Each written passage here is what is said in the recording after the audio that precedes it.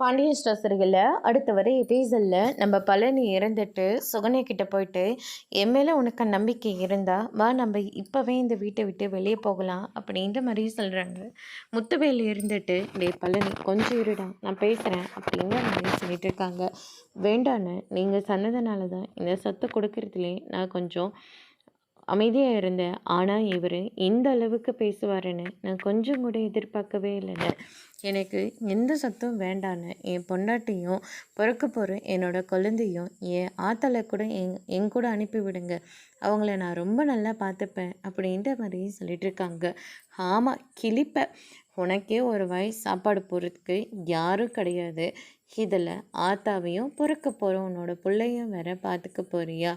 இங்கே பாரு, ஏதோ நீ என் கூட பிறந்ததுனால இந்த வீட்டில் இருந்துக்கோ, ஆனால் உனக்கு ஒரு பைசா கூட கிடையாது அப்படின்ற மாதிரி சொல்லிட்டு இருக்காங்க.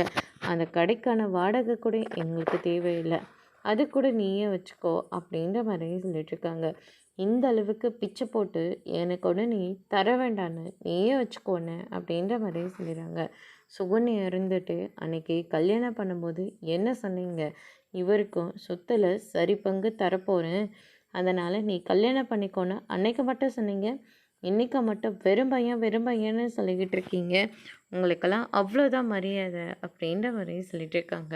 இத்தனை நாள் இந்த வீட்டில் வந்து உட்காந்து சாப்பிட்டுட்ருக்கேன், உனக்குன்னு ஒரு வாழ்க்கை அமைச்சு கொடுத்துருக்கேன், என்னவே நீ இப்படி பேசுகிறியான்னு சொல்லிட்டு எட்டி உதைக்கிறாங்க. அதோட பிரம்ம முடிச்சிருக்காங்க.